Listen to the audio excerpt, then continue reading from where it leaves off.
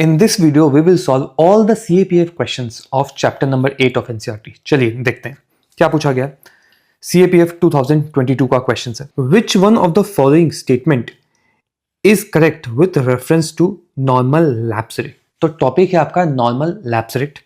कहां से आया, सोर्स क्या है इसका, NCERT सोर्स है, डायरेक्ट लाइन आई है, the rate of decrease of temperature with height is termed as normal lapse rate. ठीक है, ये तो सोर्स हो गया। अब इस टॉपिक में है क्या क्या, टोटल 4 थिंग्स हैं इस टॉपिक में। सबसे पहले definition of normal lapse rate आपको पता होना चाहिए।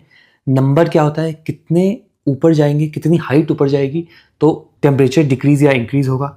नेगेटिव नॉर्मल लैप्स रेट क्या होता है या नेगेटिव लैप्स रेट क्या होता है, नेगेटिव लैप्स रेट का अदर नेम क्या होता है, different layers of the atmosphere में लैप्स रेट कैसे काम करता है, व्हाट एंड व्हाई। ये पूरे टॉपिक्स को हमको जानना है। पहले इस क्वेश्चन को सॉल्व करेंगे and then will go look into the entire topic. क्या पूछा गया, which one of the following is reference to the normal lapse rate का क्या मतलब होता है। ठीक है, नॉर्मल लैप्स रेट का हमको डेफिनेशन पता है कि as we go up in height in troposphere temperature will decrease. ठीक है, ऐसा क्यों होता है, अब ये सवाल है। तो ऐसा क्यों हो रहा है जी, तो बहुत सिंपल है। ये अपना अर्थ का सरफेस है एंड ये अपना एटमॉस्फेयर है। ये जो इनकमिंग सोलर, ये हम नेक्स्ट चैप्टर में देखेंगे, चैप्टर नंबर 9 में।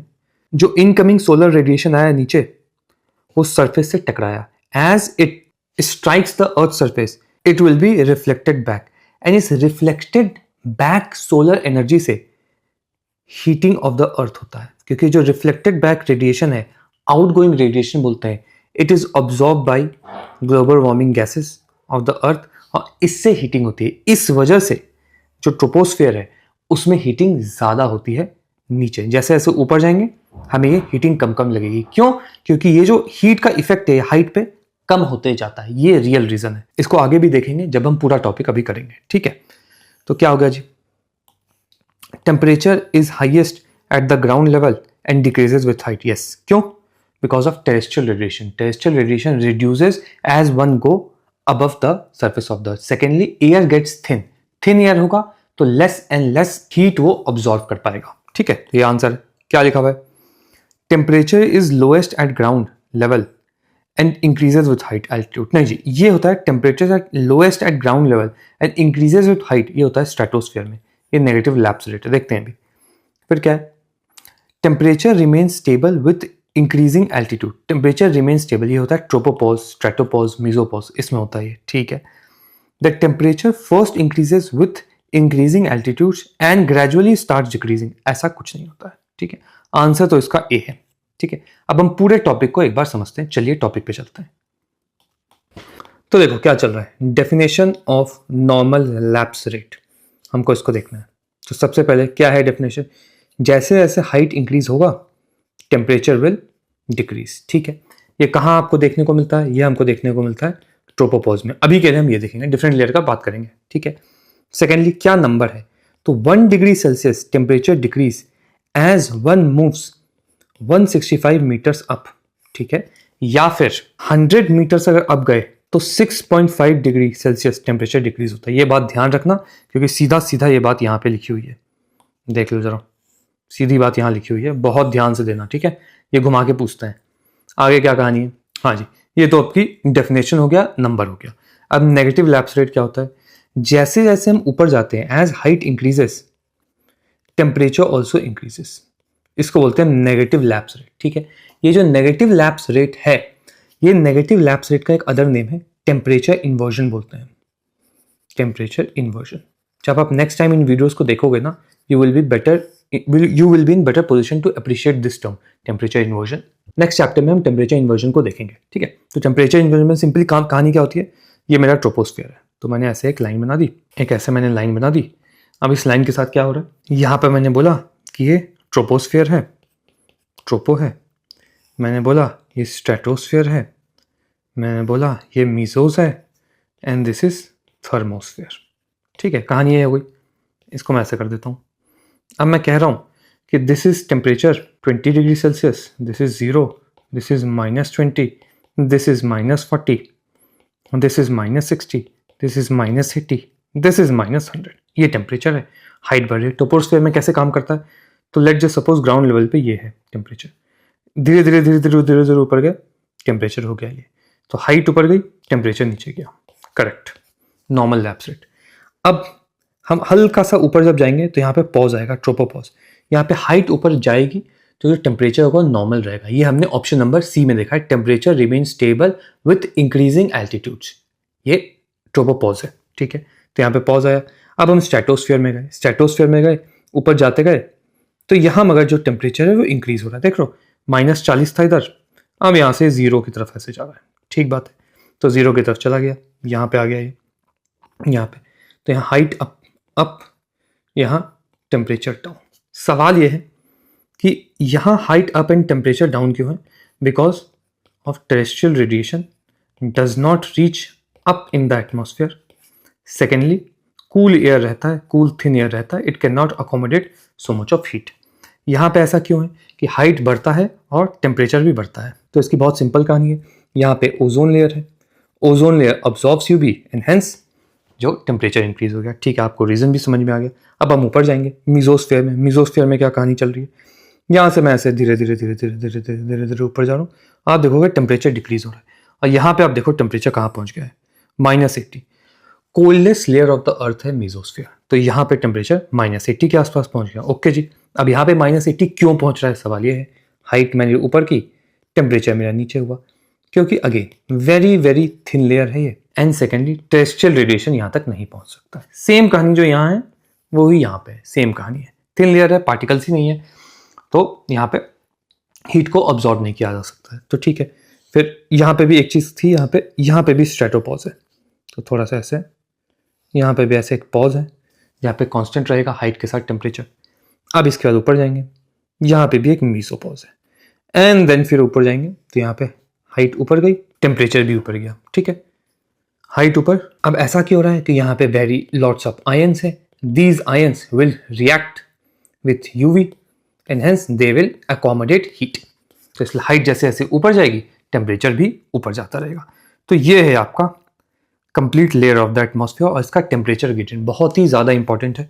हमने क्या क्या देख लिया यहाँ पे, डेफिनेशन देखी, नॉर्मल स्लैट है, हाइट ऊपर गई, टेम्परेचर जो है वो नीचे आना चाहिए हाइट ऊपर के साथ, ये ट्रोपोस्फेयर में होता है एंड मीजोस्फेयर में होता है। अब हमने को देखना है नंबर क्या है, तो 1 डिग्री सेल्सियस टेम्परेचर नीचे जाएगा when we go up 165 centimetre, या फिर 100 metre we go up 6.5 degree Celsius नीचे आएगा टेम्परेचर, ठीक है।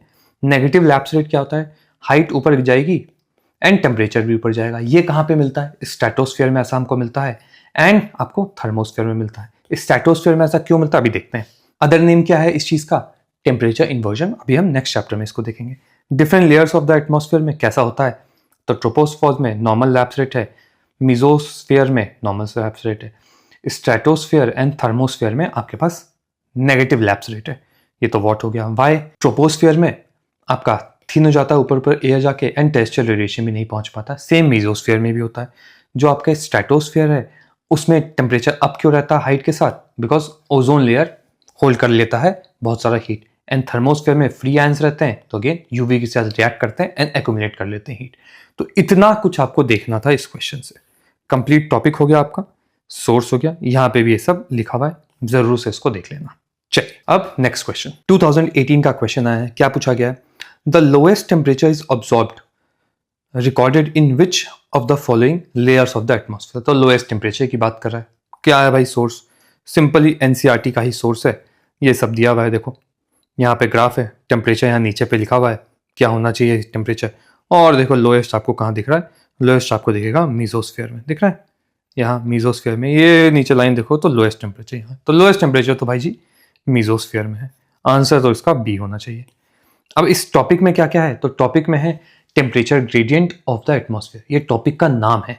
क्या पूछा गया है कि हाईएस्ट टेम्परेचर क्या होगा, लोएस्ट टेम्परेचर क्या होगा, ये जो लोएस्ट टेम्परेचर क्यों होगा, एंड इसका ये वाला ग्राफ जो हमने पिछले क्वेश्चन में देखा। तो ये सारी चीजें देखनी है। चलिए जी अब हम टॉपिक पे चलते हैं। क्या है हाईएस्ट टेम्परेचर? हाईएस्ट टेम्परेचर कहाँ मिलेगा? हाईएस्ट टेम्परेचर मिलेगा आपको यहाँ पे ट्रोपोस्फेयर पे, ट्रोपोस्फेयर के ग्राउंड पे। क्यों ऐसा मिल रहा है? Because again terrestrial radiation can reach here maximum amount, and air जो है वो नीचे की तरफ सेटल रहता है। एयर जो नीचे की तरफ सेटल रहेगा लॉट्स ऑफ एक्यूमुलेट करेगा हीट, होगा ऐसा हाईएस्ट टेम्परेचर। लोएस्ट टेम्परेचर ऊपर क्यों है? मीजोस्फीयर में। अभी हमने देखा क्यों है, क्योंकि terrestrial radiation can not reach here and जो एयर होता है बहुत थिन होता है, कैन नॉट एक्यूमुलेट हीट। ये ग्राफ अगेन सेम कहानी, फिर से उसी ग्राफ को बना लेंगे। बार बार ग्राफ बनाना है, मुझे आता है तभी मैं बना रहा हूँ उतनी बारी, आपको भी ये बनाना चाहिए, ठीक है। ये ग्राफ बना लेते हैं, सिंपल कहानी है। यहाँ पे लिखूंगा मैं 20, यहाँ लिखूंगा 0, यहाँ लिखूंगा -20, -40, -60, -80, -100। बार बार बनेगा तभी जाके मेंस में आप बना पाओगे तेजी से। बिल्कुल भी आलसीपन मत करना, कॉम्पिटिटिव एग्जाम है, यहाँ हर आधा नंबर, हर एक नंबर बहुत इंपॉर्टेंट हो जाता है। ये ट्रोपोस्फियर है, ये स्ट्रेटोस्फियर है, ये मीजोस्फियर है, ये थर्मोस्फियर है। ठीक बात है। कैसे जा रहा है भाई ग्राफ मेरा? तो मैं यहाँ से कहानी शुरू करूँगा, यहाँ तक जाऊँगा, फिर एक ऐसा पॉज आएगा, फिर मैं यहाँ से कहानी शुरू करूँगा, यहाँ तक जाऊँगा, फिर एक ऐसा पॉज आएगा, फिर कहानी यहाँ तक जाएगी, फिर ऐसा एक पॉज आएगा, फिर कहानी यहाँ तक जाएगी। ये हो गई खत्म कहानी। तो ये आपका ग्राफ बन गया, मस्त, बिल्कुल फुल मजे मजे। चलिए जी, दैट्स इट, ओवर। अब हम नेक्स्ट क्वेश्चन की तरफ चलेंगे।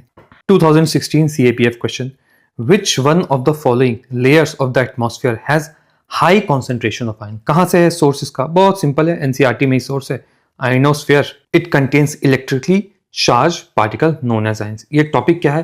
तो इस टॉपिक का नाम है significance of various layers of the atmosphere.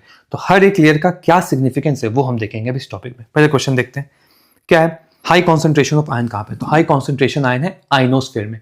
अभी हमने देखा था कि आयनोस्फेयर कहां पे है? आयनोस्फेयर थर्मोस्फेयर का ही पार्ट होता है, जस्ट मीजोस्फेयर से ऊपर आपको आयनोस्फेयर मिलता है। तो ठीक बात है, तो आंसर इसका, अगर आयनोस्फेयर नहीं है तो ये नहीं है, ये नहीं है, ये नहीं है, आंसर तो इसका सी है, सी आंसर। ठीक है, चलिए अब हम टॉपिक पे चलते हैं। क्या है कहानी जी? आ जाओ जी कहानी। ट्रोपोस्फेयर है, ठीक है। ट्रोपोस्फेयर में क्या क्या होता है? ऑल वेदर फिनोमिना ट्रोपोस्फेयर में ही होता है, ठीक है। ऑल वेदर कहाँ लिखा हुआ है? हाँ, ऑल वेदर फिनोमिना, सारी बायोलॉजिकल एक्टिविटीज ट्रोपोस्फेयर में ही हो रही है। ठीक बात है जी। वेदर, हॉट एयर बलून और वेदर फिनोमिना खत्म, ये है ट्रोपोस्फेयर। स्ट्रेटोस्फेयर में क्या होता है? स्ट्रेटोस्फेयर में एरोप्लेन उड़ते हैं, बिकॉज वर्टिकल विंड नहीं होता है स्ट्रेटोस्फेयर में, तो लोअर लेवल ऑफ स्ट्रेटोस्फेयर में आपके एरोप्लेन उड़ते हैं। इसका भी PYQ हमने अपने इसमें UPSC वाले क्वेश्चन में देखा है, तो बिल्कुल ध्यान देना है, तेरे तो करेक्ट है। मीजोस्फीयर में क्या होता है? मीजोस्फीयर में मीटियोर बर्न होते हैं, ये है मीजोस्फीयर का काम। मीटियोर बहुत स्पीड से आते हैं, फ्रिक्शन उनको मिलता है मीजोस्फीयर में सबसे ज्यादा, सबसे पहले जब घुसते हैं, और उस फ्रिक्शन की वजह से बर्न हो जाते हैं। ठीक बात है। आइनोस्फीयर, आइनोस्फीयर में बहुत सारी चीजें, क्योंकि आइनोस्फीयर 80 किलोमीटर के ऊपर है। यहाँ पे ध्यान से देखोगे, देख लो यहाँ 80 किलोमीटर के ऊपर, तो इसी के ऊपर आपको मिलेगा carbon layer, carbon line and your international space station. 100-120 इसके ऊपर मिल जाएगा। तो carbon line, a boundary between earth, atmosphere and outer space, सही बात है। अब क्या है? अरोरास भी मिलते हैं, इंटरनेशनल स्पेस स्टेशन मिल रहा है, एंड रेडियो कम्युनिकेशन। ये सब कुछ नोट्स में लिखा हुआ है, बहुत ध्यान से देखना, एक ही जगह पे है। देखो, अगर आपको बहुत ध्यान देना है, ट्रोपोस्फेयर में तो हो रहा है सारे बायोलॉजिकल फिनोमेना। स्ट्रेटोस्फेयर में क्या चल रहा है? Aeroplane, hot air balloon. Mesosphere में क्या चल रहा है? आपका ये meteor burn, sounding rocket. Ionosphere में क्या चल रहा है? Carbon line, northern lights, space station. देख पा रहे हो? एक्सोस्फेयर में क्या चल रहा है? या थर्मोस्फेयर के जस्ट ऊपर एक्सोस्फेयर में, या आइनोस्फेयर है, हल्का सा थर्मोस्फेयर के अंदर का पार्ट है। एक्सोस्फेयर में क्या चल रहा है? वेदर सैटेलाइट, ये चल रहा है। ठीक है, आ जाओ, क्वेश्चन कहाँ गया जी? ठीक है, हो गया। एक्सोस्फेयर बता दिया, एक्सोस्फेयर बता दिया। चलिए ठीक है, अब नाउ नेक्स्ट क्वेश्चन। CAPF 2025 का क्वेश्चन है। क्या पूछा गया? Ozone layer depression is a major phenomena in. Ozone layer depression, source क्या है? Simple, NCERT। Stratosphere is ozone layer, stratosphere के अंदर ही ओजोन लेयर होता है। आंसर तो इसका बी है, मगर समझना है इसको।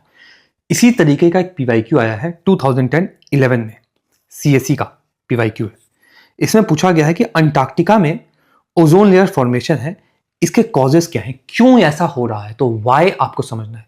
तो इस पूरे टॉपिक में आपको समझना है ozone layer depletion, how it is occurring, इसके लिए मेजर्स क्या क्या लिए गए हैं, और अब रिकवरी कब होगी। सेकेंडली, ये ओजोन लेयर को नापने के लिए क्या क्या यूनिट होती है, ओजोन लेयर मैक्सिमम कौन से सीजन में मिलता है, ये सब आपको जानना है। तो चलिए अब इस टॉपिक पे चलते हैं। क्या है कहानी जी? बहुत सिंपल कहानी है। CFC निकला आपके फ्रिज से, ठीक है। CFC लाइटर गैस होगा, वेरी स्टेबल गैस होता है, धीरे धीरे ऊपर ऊपर जाएगा और जाके स्ट्रेटोस्फेयर, बिल्कुल ट्रोपोस्फेयर के बिल्कुल ऊपर वाले लेयर पे चला जाएगा, ठीक है। तो ये CFC गया। ये CFC UV के साथ रिएक्ट करेगा। अब UV के साथ रिएक्ट किया इसने, क्लोरीन में टूट गया, आइसोलेटेड क्लोरीन। अब ये क्लोरीन O3 ओजोन के साथ रिएक्ट करेगा, ओजोन को तोड़ देगा। 1 unit can break 100 to 1000 units of ozone layer, इतना खतरनाक होता है।